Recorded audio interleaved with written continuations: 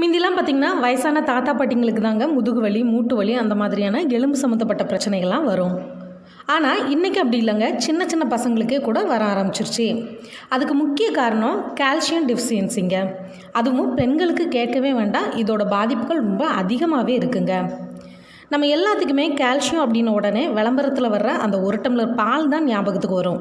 ஆனால் அதையும் தாண்டி நிறைய பொருட்களில் இந்த சத்து இருக்குங்க. அது என்னென்னலாங்கிறத தான் இன்றைக்கி நம்ம இந்த வீடியோவில் பார்க்க போகிறோம். Health is wealth. Welcome to Dolly's health.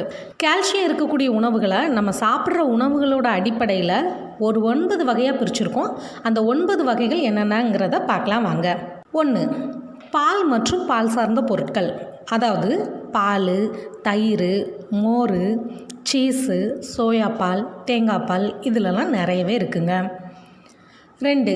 கீரைகள். கீரைகள்னு எடுத்துக்கிட்டோன்னா எல்லா வகையான கீரைகள்லையுமே இந்த கால்சியம் நிறைஞ்சிருக்கு. அதுவும் குறிப்பிட்டு சொல்லணும் அப்படின்னா முருங்கைக்கீரை, அரைக்கீரை, பாலக்கீரை, பசலைக்கீரை, முள்ளங்கி கீரை, வெந்தயக்கீரை, முளைக்கீரை. இது மட்டும் இல்லைங்க, நம்ம ரெகுலராக சமையலுக்கு யூஸ் பண்ணக்கூடிய புதினா, மல்லி இலை, கருவேப்பிலை, இதில் கூட இந்த கால்சியம் நிறைஞ்சிருக்குங்க.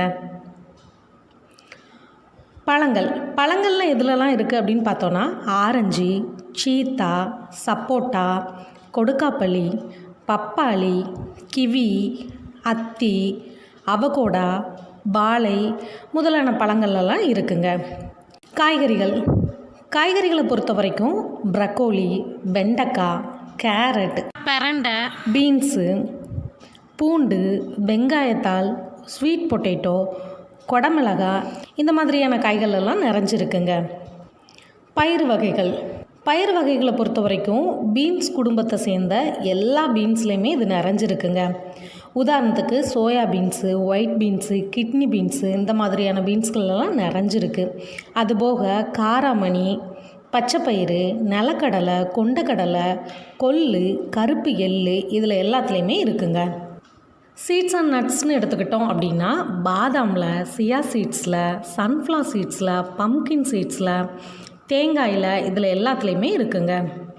சிறுதானியங்களை பொறுத்த வரைக்கும் தெனை, கம்பு, கேழ்வரகு, சாமை, குதிரைவாளி, சோளம், இதில் எல்லாத்துலேயும் இருக்குங்க. நான்வெஜ்ஜில் எதுலலாம் இருக்குது அப்படின்னு பார்த்திங்கன்னா மாட்டிறைச்சி, கோழி இறைச்சி மற்றும் அதோட முட்டை, இதுபோக எல்லா வகையான கடல் உணவுகள்லையுமே இது நிறைஞ்சிருக்குங்க. குறிப்பாக சொல்லணும் அப்படின்னா இறால், மத்தி, சிப்பி, இதிலெல்லாம் நிறைஞ்சிருக்குங்க இந்த கால்சியம் சத்து. மத்தி மீனில் பார்த்திங்கன்னா கிட்டத்தட்ட 33% இந்த கால்சியம் சத்து இருக்குங்க. அதனால் வாரத்தில் ஒரு தடவையாவது கட்டாயம் இந்த மத்தி மீனை உணவில் எடுத்துக்கோங்க. இறாலில் கால்சியம் நிறைஞ்சிருக்கு. சேம் டைம் இந்த இறாலை அளவுக்கு அதிகமாக குக் பண்ணுறப்ப அதில் உள்ள கால்சியம் சத்து வீணாக போயிடும். அதனால் இறாலை சமைக்கிறப்ப குறைவான தீயில வச்சு லைட் குக் பண்ணாலே போதுமானதுங்க. சிப்பியில் கால்சியம் ஆக்சலேட் இருக்குங்க. அதனால் ஆண்கள் இதை அதிகமாக எடுத்துக்கக்கூடாது. அப்படி எடுத்துக்கிறப்ப அவங்களுக்கு சிறுநீரகத்தில் கற்கள் உண்டாகிறதுக்கு வாய்ப்புகள் இருக்குது. அதனால் ஆண்கள் இதை குறைவான அளவு எடுத்துக்கிறது நல்லதுங்க. உலர்த்திய மூலிகைகள். இந்த உலர்த்திய மூலிகைகள்லையும் இந்த கால்சியம் நிறைஞ்சிருக்குங்க. ஆனால் ட்ரை ஹெர்ப்ஸை பொறுத்த வரைக்கும் நம்மளால் அப்படி டைரெக்டாக எடுத்துக்க முடியாது. ஸோ நம்ம என்ன செய்யலாம்னா சூப்பு மாதிரி வச்சு அதை எடுத்துக்கிறது நல்லதுங்க. உங்களில் சிலருக்கு இந்த கால்சியம் சத்து நமக்கு எதுக்கு தேவை அப்படிங்கிற கேள்விக்கான விடைகள் தெரிஞ்சிருக்கலாம். சிலருக்கு இன்னும் தெரியணுங்கிற ஆர்வம் கூட இருக்கலாம். அப்படி இருக்கிறவங்களுக்கு இதோட அடுத்த பதிவாக கால்சியம் சத்து நம்ம உடம்புக்கு எதுக்கு தேவை அப்படிங்கிற வீடியோவும் பதிவு பண்ணியிருக்கோம். உங்களுக்கு தேவைப்பட்டுச்சுன்னா அந்த வீடியோவும் போய் பாருங்கள். கட்டாயம் உங்களுக்கு பயனுள்ளதாக இருக்கும். நோயற்ற வாழ்வே குறைவற்ற செல்வம் அப்படின்னு சொல்லிட்டு இப்போ இந்த வீடியோவை முடிச்சுக்கிறேன்.